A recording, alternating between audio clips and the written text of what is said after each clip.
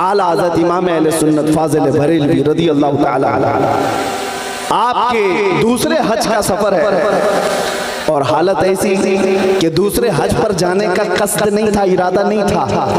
आपकी माँ और आपके भाई हज पर जा रहे थे, रुखसत कर दिया, माँ और भाई मुंबई तक पहुंच गए, जहाज से जाने वाले थे।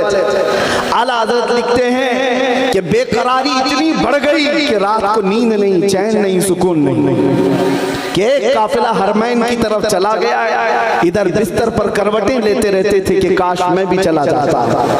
8 दिन तक बर्दाश्त ना हो सका, फिर अपना सामान उठाया और खुद भी मुंबई पहुंच गए। अचानक जाकर जहाज का टिकट भी खरीदा और अपनी वालिदा माजिदा और अपने भाई के साथ हज के सफर पर रवाना हो। ये इश्क का तकाजा है। एक महबूब या एक मुहिब अपने महबूब की तरफ खींचा चला जा रहा है। जिस बात के लिए मैं ये बात छेड़ा हूं, सुनिए। लाखों की भीड़ आज भी हज पर जा रही है। वहां जाने के बाद कुछ लंबी लंबी दाढ़ी रखे हुए लोग, माथे पर शामी कबाब चढ़ाए हुए हैं, ये ऐसे अकीदे बयान कर रहे होते हज फर्ज है अल्लाह की तरफ से। हज हो जाने के बाद अब मदीना जाना जरूरी नहीं, अब मदीना जाना कोई वाजिब नहीं। और फिर उस पर लोग ये भी कहते हैं मदीना अगर जाना ही है तो मस्जिद नबवी देखने के लिए जा सकते हो, मस्जिद नबवी में नमाज पढ़ने के लिए जा सकते हो, इसके अलावा शरीयत में कुछ नहीं है। किस दिल के साथ ये कौम कहती है समझ में नहीं आता, किस अंदाज से ये इस तरह की बातें करते हैं आज तक समझ में नहीं आता।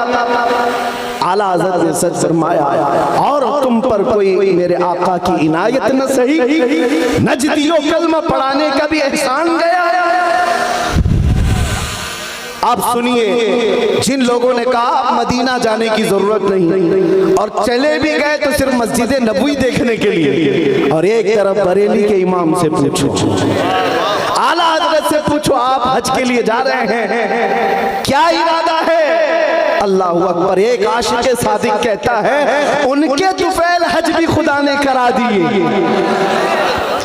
उनके तुफैल हज भी खुदा ने करा दिए। असले मुराद हाजिरी उस पाक दर की है। हम तो हज के लिए नहीं निकले थे, अज़्म था बारगाह मुस्तफ़ा की हाजिरी, लेकिन मेरे मुस्तफ़ा की इनायतों ने हमें हज भी करा दिया। एक आशिक़ रसूल ये कहता है हम नबी पाक सल्लल्लाहु ताला अलैहि वसल्लम के दरबार में जा रहे हैं और उनके तुफैल अल्लाह ताला हमें हज भी अता करा दिया। अज़ीज़ान गिरामी वक़ार, इस इश्क के साथ, इस मोहब्बत के साथ कोई हज पर